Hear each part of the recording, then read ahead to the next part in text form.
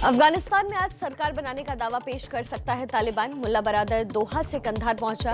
बरादर ही हो सकता है अफगानिस्तान का नया राष्ट्रपति।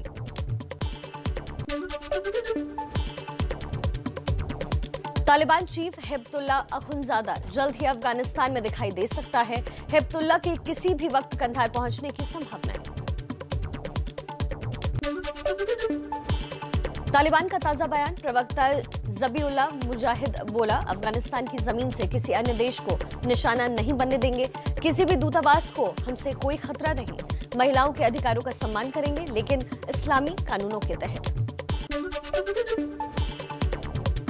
तालिबानी प्रवक्ता ज़बीउल्लाह मुजाहिद ने प्रेस कॉन्फ्रेंस कर यह भी कहा कि हम किसी भी युद्ध को दोहराना नहीं चाहते।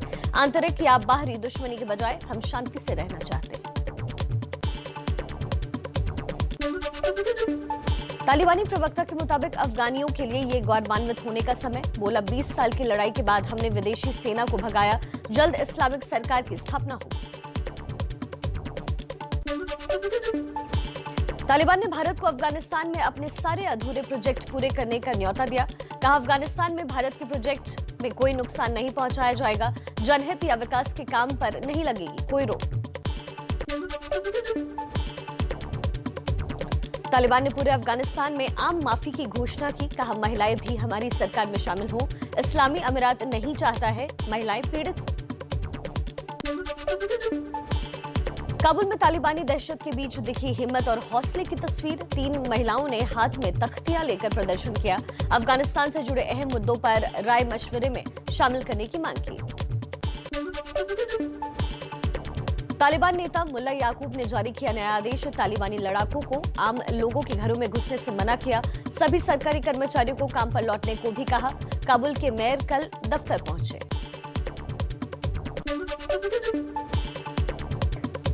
अफगानिस्तान में सरकार बनाने से पहले तालिबान कट्टरपंथी छवि को बदलने की कोशिश में लगातार जुटा। टोलो न्यूज की महिला एंकर बेहेश्ता को तालिबानी नेता अब्दुल हक हमाद ने इंटरव्यू दिया। काबुल में कारोबारियों से मिलकर उन्हें सुरक्षा का भरोसा भी दे रहा है तालिबान। तालिबानी नेता अब्दुल हमीद हमासी ने कारोबारियों से काबुल न छोड़ने को कहा। विदेशियों को भी निवेश के लिए न्योता देने की बात कही। अफगानिस्तान के उपराष्ट्रपति अमरुल्लाह सालेह की तालिबान को खुली चुनौती। सालेह ने खुद को कार्यवाहक राष्ट्रपति घोषित किया। कहा, स्थिति को मजबूत करने के लिए देश के सभी नेताओं से सलाह ले रहा हूं। अमरुल्लाह सालेह ने कहा, देश को कभी तालिबान का बंधक नहीं बनने देंगे। आखिरी वक्त तक लड़ेंगे। अमेरिकी राष्ट्रपति से बात करना बेकार। हम साबित करेंगे कि अफगानिस्तान वियतनाम नहीं है।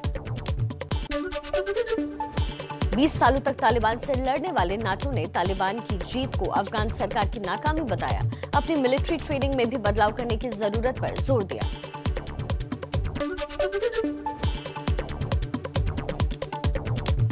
अफगानिस्तान पर कब्जे के बाद तालिबानी आतंकियों का जिम में कसरत करने वाला वीडियो खूब हो रहा है वायरल। कोई ट्रेडमिल पर दौड़ता नजर आया। किसी ने पुशअप मशीन पर हाथ आजमाए।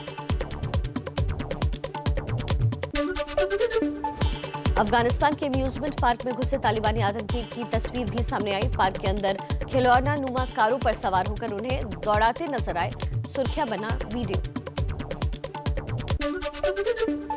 तालिबानी राज में डर के साए के बीच अफगानिस्तान क्रिकेट के T20 वर्ल्ड कप में शामिल होने की खबर। शारजाह में 25 अक्टूबर को पहला मैच खेलेगी अफगानिस्तान टीम।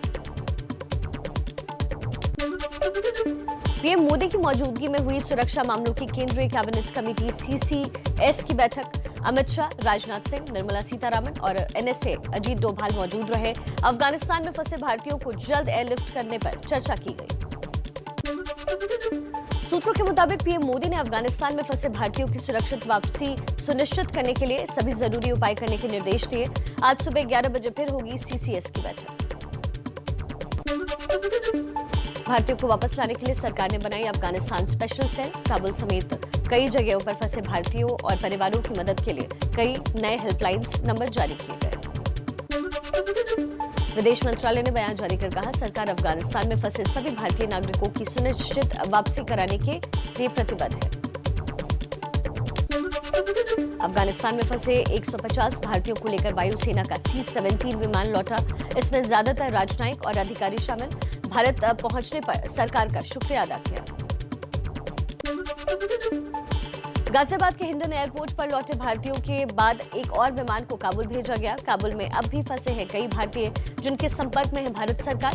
पीएम मोदी की हर हालात पर है लगातार नजर।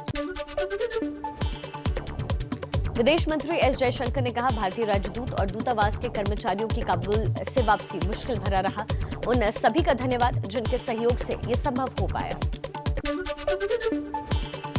भारत आने के इच्छुक अफगान नागरिकों को 6 महीने के लिए मिलेगा इमरजेंसी वीजा। अफगानियों के लिए भारत ने फास्ट ट्रैक इमरजेंसी वीजा सेवा शुरू की। खबरों का रुख कर लेते हैं इसी तरह फटाफट अंदाज में। 2021 में मोदी कैबिनेट में जेडीयू के शामिल होने और 2019 में शामिल न होने को लेकर केंद्रीय मंत्री आरसीपी सिंह ने दिया सीधा जवाब। कहा, 2019 में जेडीयू के 71 विधायक थे, लेकिन 2021 में 41 हो गए, सीधे 30 विधायक कम हो गए। मिशन उत्तराखंड पर निकले दिल्ली के सीएम अरविंद केजरीवाल ने देहरादून में बड़ा रोड शो किया। सीएम उम्मीदवार के नाम का ऐलान भी किया। कर्नल अजय कोठियाल को बनाया आम आदमी पार्टी का सीएम उम्मीदवार। अकाली दल के अध्यक्ष सुखबीर सिंह बादल आज से शुरू करेंगे 100 दिन की यात्रा। पंजाब के जीरा से 100 दिन में 100 विधानसभाओं में जाएंगे। लोगों की समस्याएं सुलझाने के लिए एक मोबाइल नंबर भी जारी किया गया। प्रधानमंत्री आवास पर केंद्रीय कैबिनेट की आज सुबह 11 बजे बैठक। राष्ट्रीय खाद्य तेल मिशन को मिल सकती है मंजूरी। खाद्य तेलों के उत्पादन में देश को आत्मनिर्भर बनाने का मिशन है।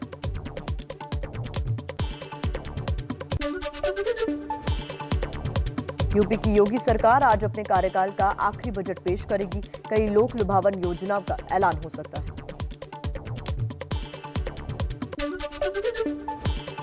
यूपी में देवबंद समेत संवेदनशील जिलों में बनेंगे 12 ATS commando training centre. Meerut, Aligarh, greater Noida और आजमगढ़ समेत 10 जिलों में आवंटित जमीन पर काम भी शुरू हुआ। यूपी बोर्ड के 56 लाख परीक्षार्थियों को बड़ी राहत। 10वीं और 12वीं के इच्छुक छात्र दे सकेंगे लिखित परीक्षा। 27 अगस्त तक कर सकेंगे आवेदन। 18 सितंबर से 6 अक्टूबर के बीच होगी परीक्षा। महाराष्ट्र के पूर्व गृह मंत्री अनिल देशमुख को ईडी ने आज पूछताछ के लिए बुलाया। मनी लॉन्ड्रिंग केस में होंगे सवाल। सुप्रीम कोर्ट ने गिरफ्तारी पर रोक से कर दिया है इनकार। जम्मू कश्मीर के कुलगाम में बीजेपी कार्यकर्ता जावेद अहमद डार की आतंकियों ने हत्या की। जेपी नड्डा ने निंदा की। बोले, जावेद अहमद का बलिदान व्यर्थ नहीं जाएगा।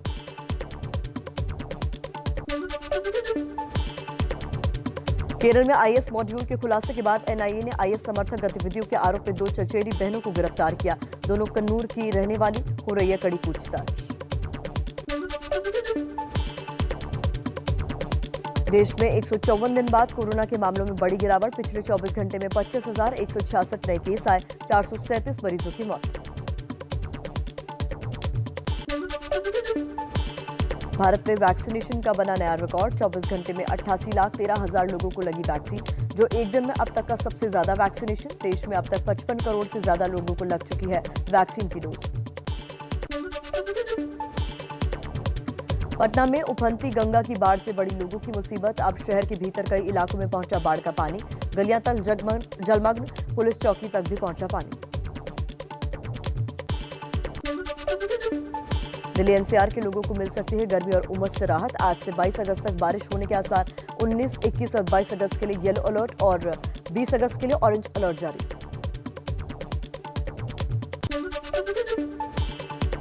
गाजियाबाद में हॉरर किलिंग का मामला। प्रेमिका के परिवार वालों ने प्रेमी की हत्या कर घर में ही दफन किया। लड़की की जानकारी पर ही पुलिस को युवक की हत्या का पता चला। पूरे परिवार को हिरासत में लेकर पूछताछ और जांच जारी है। पाकिस्तान के लाहौर किले में तहरीके लब्बैक पाकिस्तान के कट्टरपंथियों ने महाराजा रणजीत सिंह की मूर्ति तोड़ी। बाद में एक आरोपी की गिरफ्तारी। इमरान के मंत्री चौधरी फवाद हुसैन घटना की निंदा करते दिखे। पाकिस्तान के लाहौर किले में महाराजा रणजीत सिंह की प्रतिमा से तोड़फोड़ पर भारत ने जताई आपत्ति। चेतावनी देते हुए कहा, भविष्य में ऐसी घटनाएं ना हो, इसके इंतजाम किए जाए। अल्पसंख्यकों के हितों की रक्षा हो। उड़ीसा की नवीन पटनायक सरकार ने हॉकी इंडिया के साथ बढ़ाया करार। पुरुष और महिला दोनों हॉकी टीमों को अगले 10 सालों तक स्पॉन्सर जारी रखने का फैसला। हरियाणा के सीएम मनोहर लाल खट्टर आज सोनीपत के गांव नाहरी पहुंचेंगे। टोक्यो ओलंपिक में सिल्वर मेडल जीतने वाले रवि दहिया के घर जाकर उन्हें बधाई देंगे।